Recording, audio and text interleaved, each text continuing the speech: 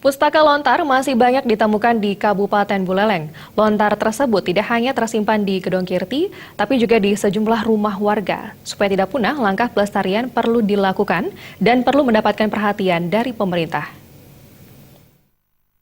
Inilah koleksi lontar milik masyarakat di Banjar, Penataran, Kelurahan Kendran, Buleleng. Lontar tersebut terdiri dari berbagai jenis mulai ke kawin, usade hingga tutur. Kesemuanya itu merupakan warisan secara turun-temurun dari keluarga. Usianya yang sudah cukup tua mengakibatkan kondisinya tidak seluruhnya utuh. Guna mengantisipasi kerusakan semakin parah, perlu dilakukan konservasi secara rutin. Budayawan Bali, Sugilandus mengungkapkan jumlah lontar di Kabupaten Buleleng sangat banyak. Hal itu tak lepas dari zaman kerajaan. Saat itu berbagai ilmu pengetahuan ditulis dalam bentuk lontar. Alumni Sastra Bali Universitas Udayana ini menyampaikan perhatian pemerintah Provinsi Bali terhadap warisan leluhur sudah cukup baik.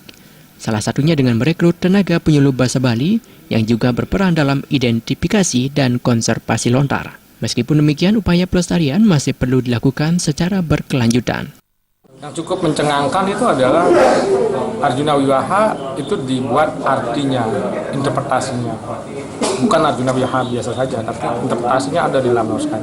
Ini namanya Kekawin Arjuna Wiwaha Maarti, berisi arti Maarti. Sudah juga di sini ada Sutasoma yang lengkap sekali, Maharti juga, Sutasoma Maharti.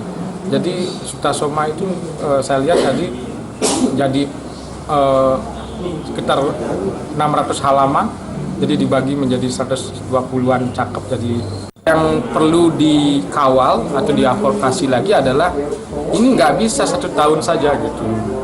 Sekali datang satu rumah itu mesti 5 kali baru bersih betul, kemudian kita bisa data. Hal tersebut penting kaitannya dengan pewarisan ke generasi masyarakat Bali selanjutnya. Biro Bali Pos Buleleng melaporkan.